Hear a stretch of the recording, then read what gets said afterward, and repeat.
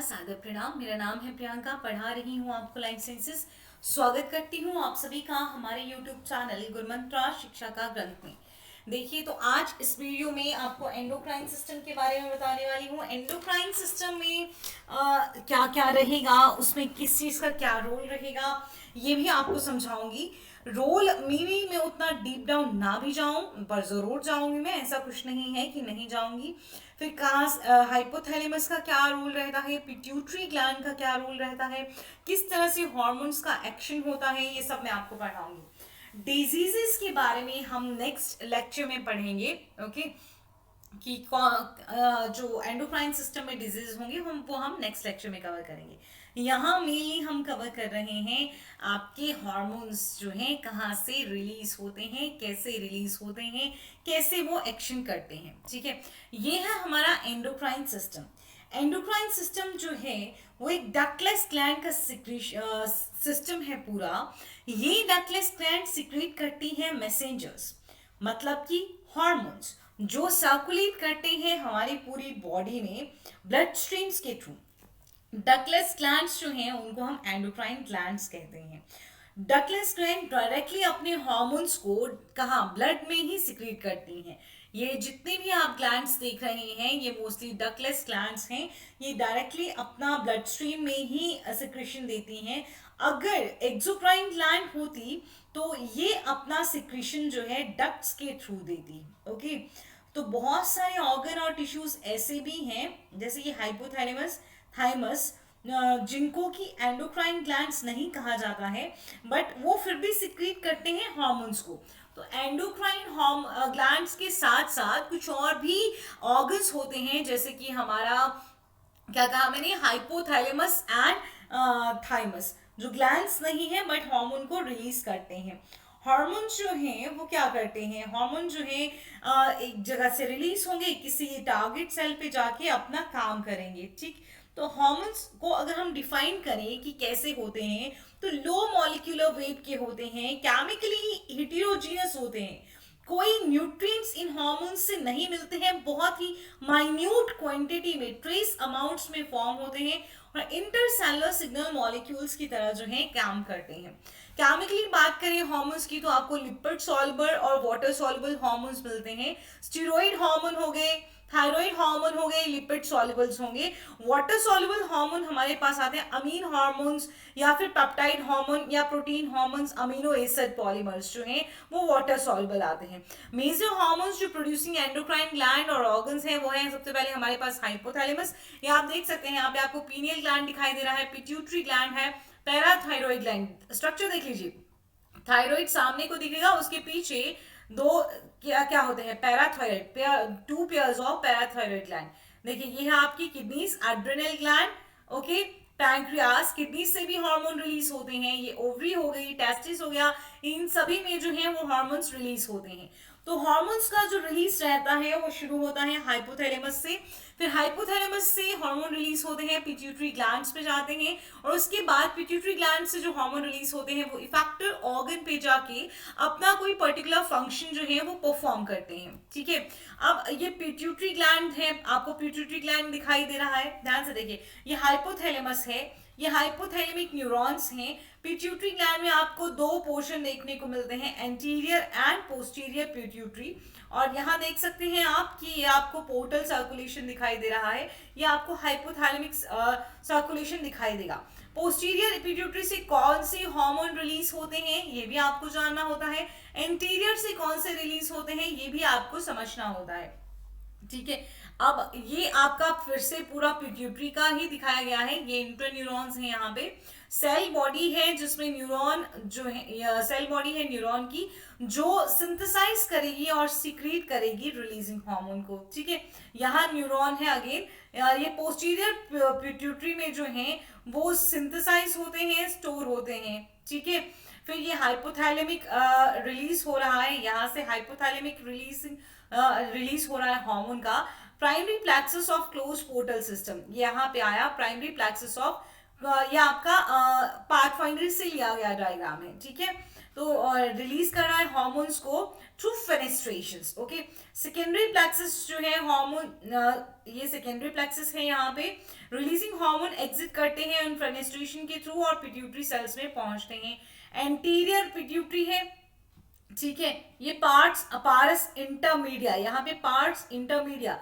देखिए मैं आपको बताऊंगी पारस इंटरमीडिया क्या होता है और हर चीज आपको समझाऊंगी। और ये आपका पोस्टीरियर पिट्यूटरी, एंटीरियर पिट्यूटरी, ठीक है, यहाँ से आपका देखिए anterior pituitary cell secrete hormones into secondary plexus through fenestration and ultimately into the general circulation. ठीक, तो इस तरह से जो है वो मूवमेंट रहेगी हॉर्मोन्स की, प्राइमरी प्लेक्सस से सेकेंडरी प्लेक्सस में जाएगा। ठीक है, तो एंटीरियर पिट्यूटरी की सेल्स जो हैं वो सिक्रीट करेंगी इन प्लेक्सस में, जिससे कि वो फिर सर्कुलेशन में मिल जाएगा और इस तरह से हॉर्मोन्स जो हैं बिना डक्टलेस ग्लैंड्स, जो आपकी इस तरह से हॉर्मोन्स जो हैं वो आपके डिफरेंट ऑर्गन्स तक जो हैं वो पहुंचेंगे। ठीक, तो ये आपका हो गया पिट्यूटरी ग्लैंड के बारे में। ठीक, जब हम ध्यान से देखते हैं तो आप फिर से देख लीजिए कि हार्मोन कैसे कैसे मूव करते हैं।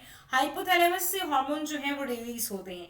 हाइपोथैलेमस आपका एग्जैक्टली क्या है, डाइंसेफेलोन का हिस्सा है फोर ब्रेन में। ठीक है, न्यूरो एंडोक्राइन स्ट्रक्चर इसको माना जाता है, एंडोक्राइन स्ट्रक्चर नहीं इसको माना जाता, क्या बोला जाता है, न्यूरो एंडोक्राइन स्ट्रक्चर।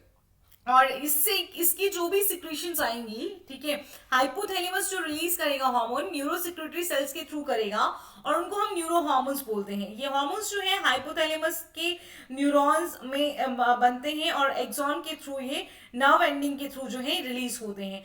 हार्मोन पहुंचते हैं पिट्यूटरी ग्लैंड पे पोर्टल सर्कुलेटरी सिस्टम के थ्रू और रेगुलेट करते हैं function of anterior pituitary. Posterior pituitary जो है वो न्यूरल रेगुलेशन ऑफ हाइपोथैलेमस के डायरेक्ट कंट्रोल में होती है। मतलब देखिए यहाँ पे एंटीरियर पिट्यूटरी में हाइपोथैलेमस से हार्मोन आएंगे, फिर हाइपोथैलेमस से फर्दर और हार्मोन रिलीज होंगे, लेकिन पोस्टीरियर पिट्यूटरी में वही हार्मोन आएंगे जो कि आपके हाइपोथैलेमस से रिलीज हुए होंगे। ठीक है, तो ये जो हार्मोन्स हैं ये रेगुलेट करते हैं synthesis and secretion of pituitary hormones. मतलब हाइपोथैलेमस के ही हार्मोन्स जो हैं वो रेगुलेट करेंगे कि पिट्यूटरी ग्लैंड में कौन से हार्मोन्स बनेंगे और कौन से हार्मोन्स जो है सिंथेसाइज करेंगे। इनके एक्शन पे डिपेंड करता है कि ये हार्मोन रिलीजिंग हार्मोन होंगे या इनहिबिटिंग हार्मोन होंगे। जो रिलीजिंग हार्मोन होते हैं वो पिट्यूटरी के फंक्शन को स्टिमुलेट करते हैं। इनहिबिटिंग हार्मोन अगर हाइपोथैलेमस से आते हैं तो वो पिट्यूटरी के फंक्शन को, सिक्रीशन को इनहिबिट कर सकते हैं।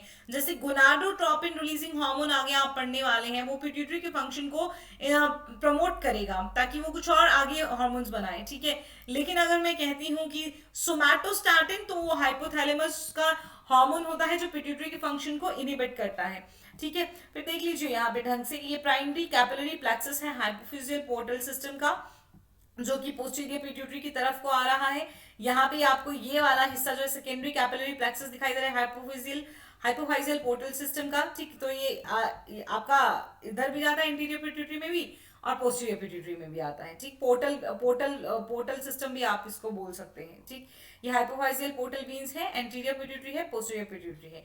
एंटीरियर पिट्यूटरी हार्मोन है और ये hypothalamus hormone stimulate pituitary to release hormones. ठीक, ये पिट्यूटरी ग्लैंड है, यहाँ पे इस जगह को इन्फंटिबुलम बोल देते हैं और ये आपका हाइपोथैलेमस है। ठीक है, जब हाइपोथैलेमस में हम देखते हैं तो आपको देखने को मिलता है थायरोट्रोपिन रिलीजिंग हार्मोन।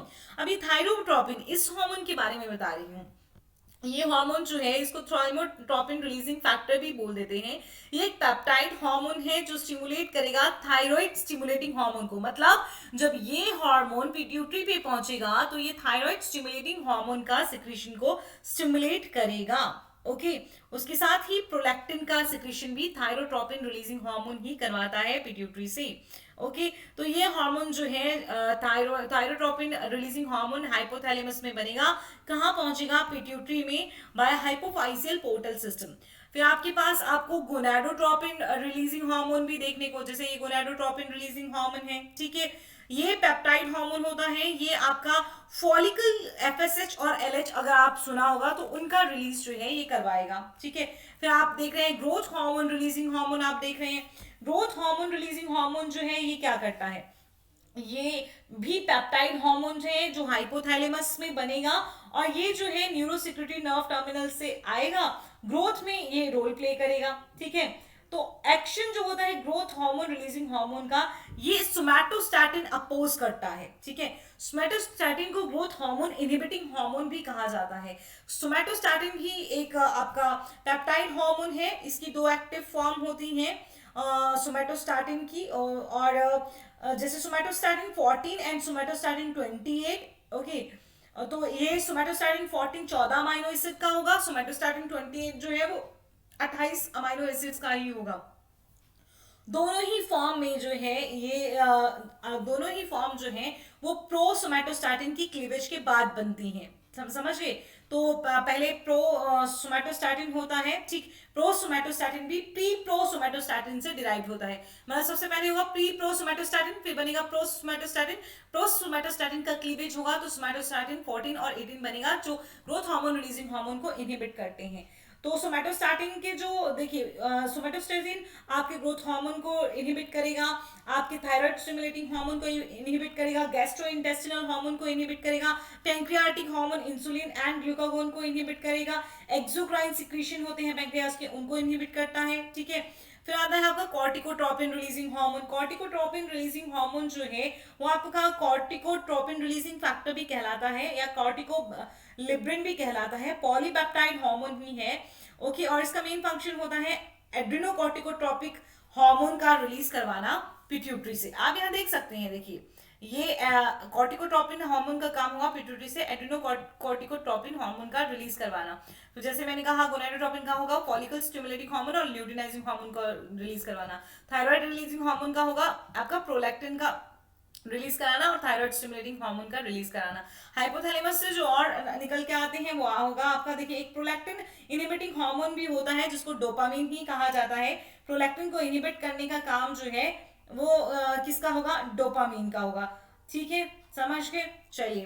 अब हमारे पास आता है आपका ये ऑक्सीटोसिन एंड वैसोप्रेसिन। ये एज इट इज ही जो है वो पोस्टीरियर पिट्यूटरी से निकल जाते हैं। ऑक्सीटोसिन और वैसोप्रेसिन यही बनते हैं, यहीं पे स्टोर होते हैं, ठीक है। आगे आपको देखिए थायराइड हार्मोन आप पढ़ेंगे ट्राईआइडोथायरोनिन, थायरॉक्सिन, और इंटरमीडिएट पिट्यूटरी में आप मेलानोसाइट स्टिमुलेटिंग हार्मोन भी पढ़ेंगे।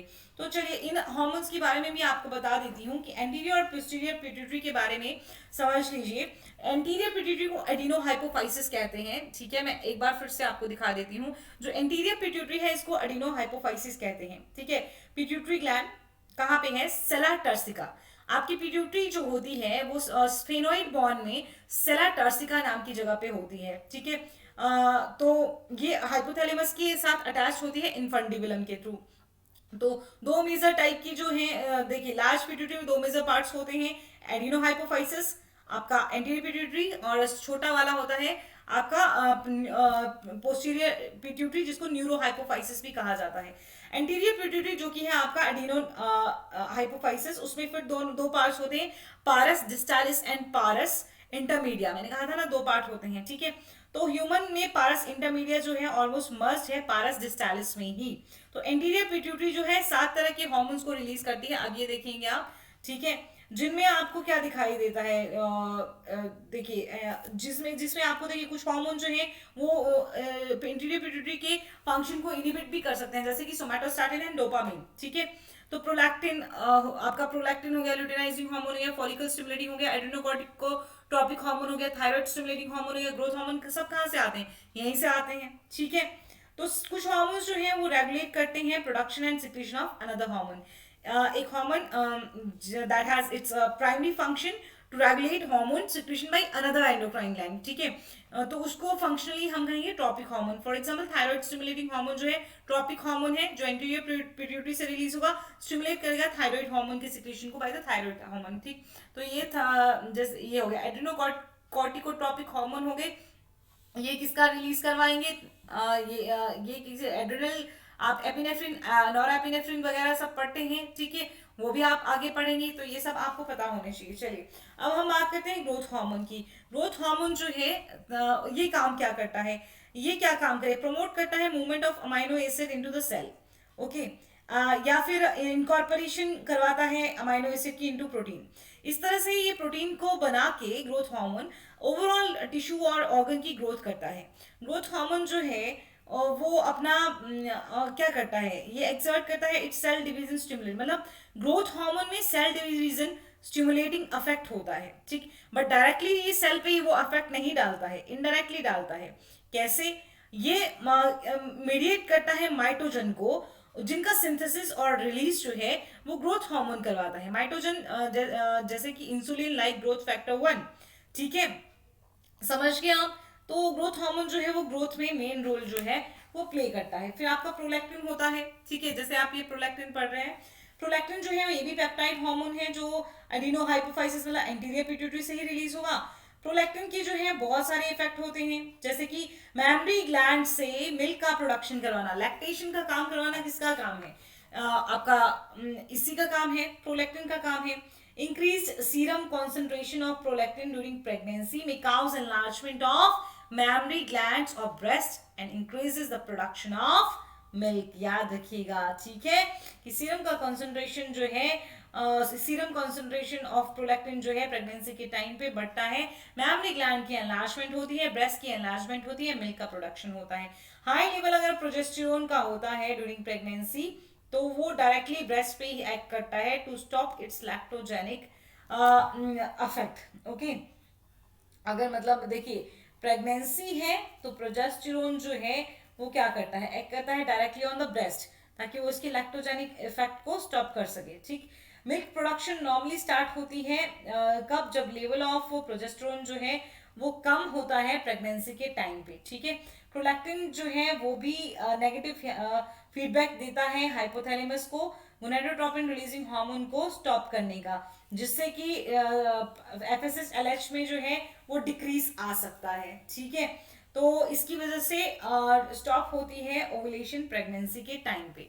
समझ के आपने लैक्टेशन एमेनोरिया पढ़ा होगा। फिर आपके एड्रेनोकॉर्टिकोट्रोपिन हार्मोन होते हैं, ये आपके क्या है, पॉलीपेप्टाइड हार्मोन है जो एंटीरियर लोब ऑफ पिट्यूटरी से ही रिलीज होंगे, कॉर्टिकोट्रोपिन रिलीजिंग हार्मोन के रिस्पांस में रिलीज होते हैं।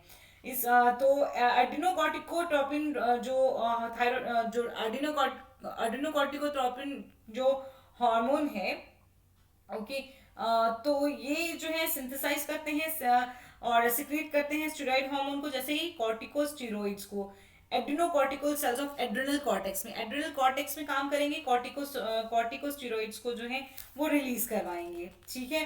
फिर उसी तरह से आपके आगे ये follicle stimulating hormone, follicle stimulating hormone जो है एफएसएच और एलएच को जो है वो रिलीज करवाते हैं। एफएसएच और एलएच जो है वो किस पे काम करते हैं? ल्यूटेनाइजिंग हार्मोन जो है फीमेल में ओवुलेशन के लिए रिस्पॉन्सिबल होता है, एफएसएच जो है फीमेल में फॉलिकल्स के बनाने के लिए रिस्पॉन्सिबल होता है।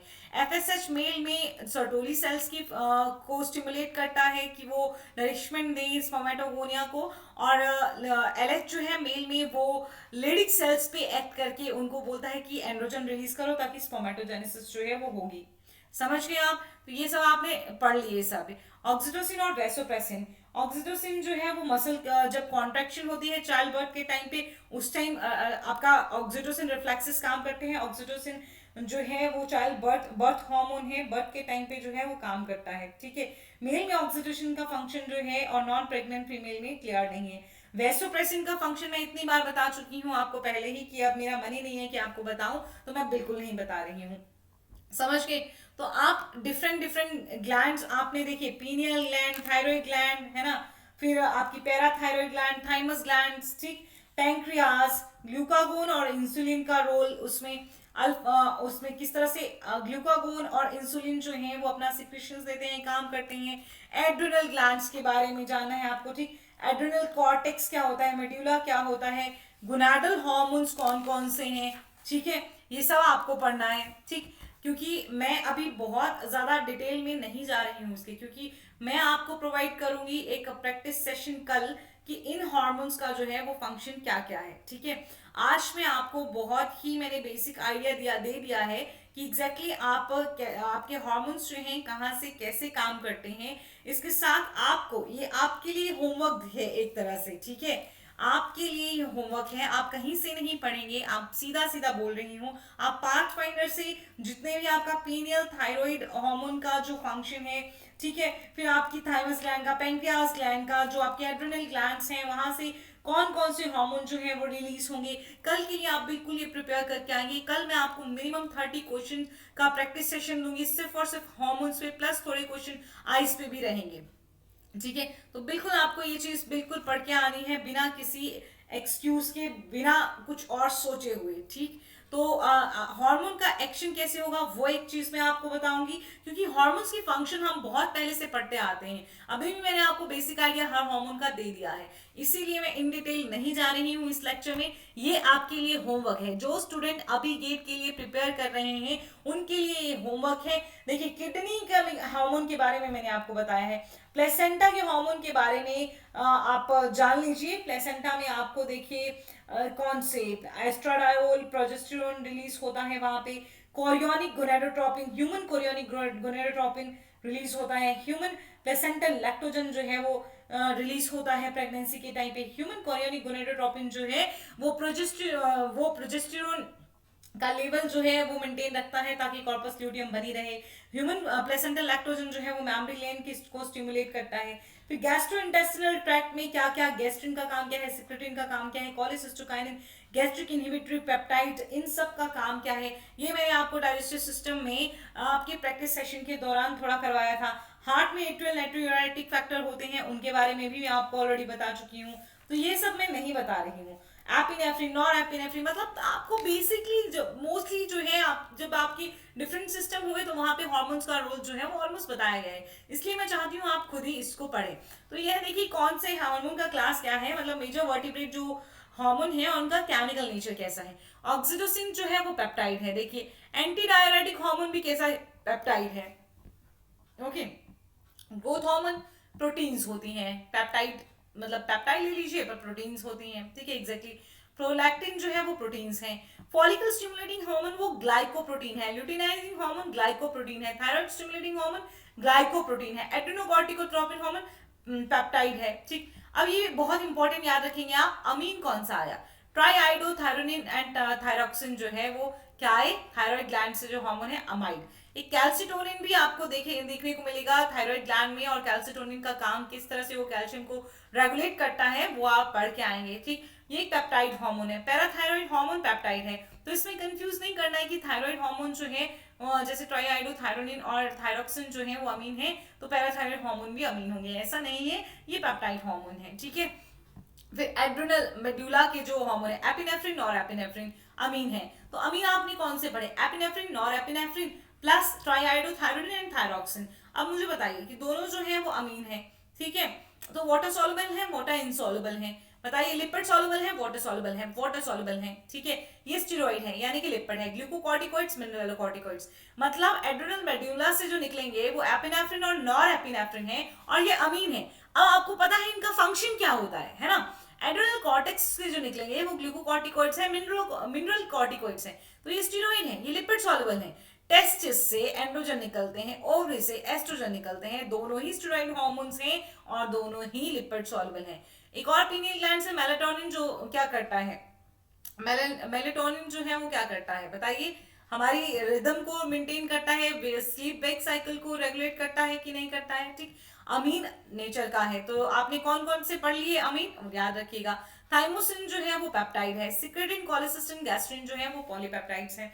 ठीक है, जनरल जो मैकेनिज्म रहता है एक्शन का वो किस तरह से रहता है। ठीक है, एक्शन, अब ये देखिए ये हार्मोनल एक्शन है। आप खुद बताइए कि लिपिड सॉल्युबल का काम है कि लिपिड इनसॉल्युबल का काम है। ठीक है, ये है लिपिड इनसॉल्युबल, डेफिनेटली ये लिपिड जो है वो इनसॉल्युबल है। एक्शन ऑफ, ये किसका काम है, action of lipid insoluble, insoluble का काम है, तभी तो यहाँ पे क्या है, रिसेप्टर है। ठीक है, क्योंकि देखिए क्या होता है कि आपके ओवेरियन सेल मेम्ब्रेन है, ओवेरियन सेल मेम्ब्रेन जो है इसमें क्या होंगे, अमीन पेप्टाइड प्रोटीन्स तो लिपिड सॉल्युबल होंगे।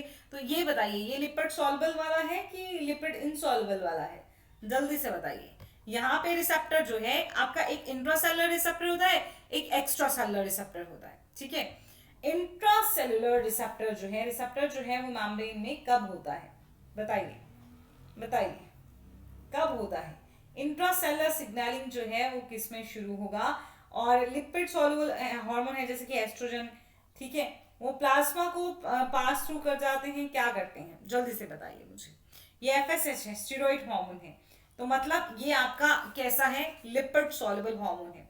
तो लिपिड सॉल्युबल हार्मोन जो होते हैं उनमें आपके क्या आते हैं, अच्छा ये लिपिड सॉल्युबल है, एफएसएच बताइए, ओवेरियन मेम्ब्रेन है, स्टीरॉयड हार्मोन है क्या ये आपका, जो भी आपके लिपिड सॉल्युबल हार्मोन होंगे, स्टीरॉयड हार्मोन्स होंगे या थायराइड हार्मोन्स होंगे, ठीक है, वो बाइंड करते हैं रिसेप्टर से within the target cell. अब मुझे बताइए यहाँ within the target cell है क्या, यहाँ within the target cell नहीं है, इसीलिए मैंने यहाँ नाम नहीं लिखा है। यहाँ पे आपकी किस पे है, मेम्ब्रेन पे ही जो है वो आपका रिसेप्टर है। तो अमीन पेप्टाइड प्रोटीन हार्मोन्स जो हैं वो लिपिड सॉल्युबल नहीं होते हैं, वो डिफ्यूज नहीं कर सकते हैं लिपिड बाइलेयर के थ्रू। तो थ्रू मतलब जो प्लाज्मा मेम्ब्रेन का लिपिड बाइलेयर है उससे डिफ्यूज नहीं कर सकते हैं। तो ये बाइंड करते हैं रिसेप्टर से इनसाइड द टारगेट सेल। बताइए inside the target cell bind करेंगे, बताइए जल्दी से। They can not diffuse, see amine peptide protein hormones जो होते हैं they are not lipid soluble and they can not diffuse through the lipid bilayer of the plasma membrane and bind to receptor inside the target cell. Instead जो water soluble hormones होते हैं वो bind करते हैं receptor जो कि target cell के surface पे प्रेजेंट होते हैं। रिसेप्टर्स जो है वो मेम्ब्रेन का इंटीग्रल पार्ट होंगे। तो जब भी वाटर सॉल्युबल हार्मोन जो है बाइंड करेगा इस रिसेप्टर के साथ प्लाज्मा मेम्ब्रेन की, तो एक्टिवेट करेगा फर्स्ट मैसेंजर को आपके, ये फर्स्ट मैसेंजर होगा, ठीक है। तो आपका हार्मोन जो है वो फर्स्ट मैसेंजर होगा, ठीक। फिर इससे क्या होगा, सेकंड मैसेंजर जो है बनेंगे, जैसे cyclic AMP, cyclic GMP, diacylglycerol, inositol, यहाँ पे आइनोसिटोल ट्राइफॉस्फेट नहीं लिखा है, फॉस्फोआइनोसिटाइड होते हैं, कैल्शियम आयंस होते हैं, ठीक। और इन ये जो है ये सेकंड मैसेंजर की तरह काम करते हैं। और ये क्या करेंगे, फिर ये क्या करेंगे, स्पेसिफिक हार्मोन स्टिमुलेटेड रिस्पॉन्सेस जो हैं वो करवाएंगे, फिजियोलॉजिकल रिस्पॉन्सेस जो हैं वो करवाएंगे, ठीक है। तो ये आपका है आपका जब आपके पास लिपिड सॉल्युबल हार्मोन है। तो लिपिड सॉल्युबल हार्मोन है जैसे कि स्टीरॉयड हार्मोन, तो एस्ट्रोजन क्या है, स्टीरॉयड हार्मोन है, ये यूट्राइन मेम्ब्रेन है। तो ये क्या करेगा, ये लिपिड सॉल्युबल मेम्ब्रेन से डायरेक्टली जो है आ जाएगा, बाइंड करेगा सीधा इंट्रासेलुलर रिसेप्टर से, ठीक। ये लिपिड सॉल्युबल हार्मोन जो है डिफ्यूज कर जाएंगे लिपिड वाले लेयर से, ठीक। तो अगर एक टारगेट सेल जो टारगेट सेल है उसमें हार्मोन जो है वो बाइंड करेगा किसको, रिसेप्टर से एक्टिवेट करेगा उसको विद इन द साइटोसोल और न्यूक्लियस। तो वो क्या है, इंट्रासेलुलर सिग्नलिंग पाथवे है, ठीक है। तो जो इंट्रासेलुलर रिसेप्टर्स होते हैं स्ट्रक्चरली क्या होते हैं, सारे के सारे स्ट्रक्चरली रिलेटेड होते हैं और न्यूक्लियर रिसेप्टर फैमिली को बिलोंग करते हैं। तो जितने भी रिसेप्टर हैं जो इंट्रासेलुलर हैं वो न्यूक्लियर रिसेप्टर फैमिली को बिलोंग करते हैं। और रिसेप्टर जो स्टीरॉयड हार्मोन्स के होते हैं वो मोस्टली आपको साइटोसोल में देखने को मिलेंगे, जबकि थायराइड हार्मोन के रिसेप्टर्स जो हैं प्रोटीन्स के बने होते हैं, वो प्रोटीन्स होती हैं और वो लोकेटेड होते हैं न्यूक्लियस में भी लोकेटेड होते हैं, ठीक है। तो न्यूक्लियर रिसेप्टर्स जो हैं वो ट्रांसक्रिप्शन फैक्टर्स होते हैं जो ट्रांसक्रिप्शन ऑफ जीन्स को क्या करेंगे, रेगुलेट करेंगे। देख सकते हैं आप यहाँ पे क्या हो रही है, ट्रांसक्रिप्शन हो रही है जीन की और फिर आगे प्रोटीन्स बनेंगी, ठीक। तो न्यूक्लियर रिसेप्टर्स जो होते हैं वो ट्रांसक्रिप्शन फैक्टर होते हैं जो जीन की ट्रांसक्रिप्शन को रेगुलेट करते हैं in response to these lipophilic signal molecules. और इनके रिस्पॉन्स में जो जीन्स हैं वो टर्न ऑफ होती हैं या टर्न ऑन होती हैं। कुछ एक लिपोफिलिक सिग्नल मॉलिक्यूल जो हैं वो सेल सरफेस रिसेप्टर्स पे भी बाइंड कर सकते हैं। फॉर एग्जांपल प्रोस्टाग्लैंडिन्स होते हैं, ल्यूकोट्राइन्स होते हैं। ये जो हैं ये कैसे हैं, ये लिपिड सॉल्युबल हैं, एराकिडोनिक एसिड से बने हैं, 20 कार्बन फैटी एसिड होते हैं। बट जैसे इकोसेनोइड्स होते हैं वो सेल सरफेस रिसेप्टर से बाइंड करते हैं वाटर सॉल्युबल हार्मोन्स की तरह ही, ठीक है। तो ये आप समझ गए कि या तो डायरेक्ट इंट्रासेलुलर मैकेनिज्म रहेगा या तो सेल सरफेस रिसेप्टर से बाइंड करेगा। डिसऑर्डर्स के बारे में भी हम पूरा बात करेंगे, ठीक है, कि कौन कौन से डिसऑर्डर्स होते हैं। नेक्स्ट लेक्चर में आपको प्रैक्टिस सेशन भी जरूर मिलेगा।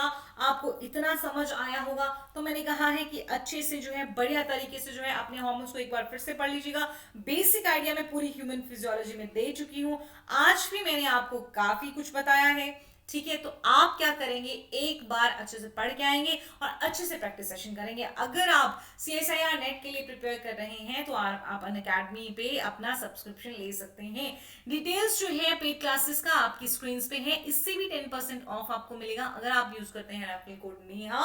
जाइए नेहा तनेजा मैम को फॉलो करिए अनअकैडमी पे, नेहा उन्हीं का रेफरल कोड है और वो बहुत ही अच्छी मेंटोर है, वो बहुत अच्छे से आपको प्रिपेयर कर सकती हैं CSIR नेट की प्रिपरेशन के लिए। पर आज के लिए इतना ही। भूलिएगा मत हमारे चैनल को सब्सक्राइब करना, बेल आइकॉन को प्रेस करना और हमारे चैनल को जितना ज्यादा आप लोगों को रेकमेंड कर सकते हैं जरूर करिए। हम आपके लिए नई नई चीजें जो है वो लाते रहेंगे आपकी प्रिपरेशन के लिए। तो प्रेस कर लीजिए बेल आइकॉन को और डिस्क्रिप्शन बॉक्स जो है वो चेक कर लीजिए, जहां ज्वाइन करना चाहते हैं वहां कर लीजिए।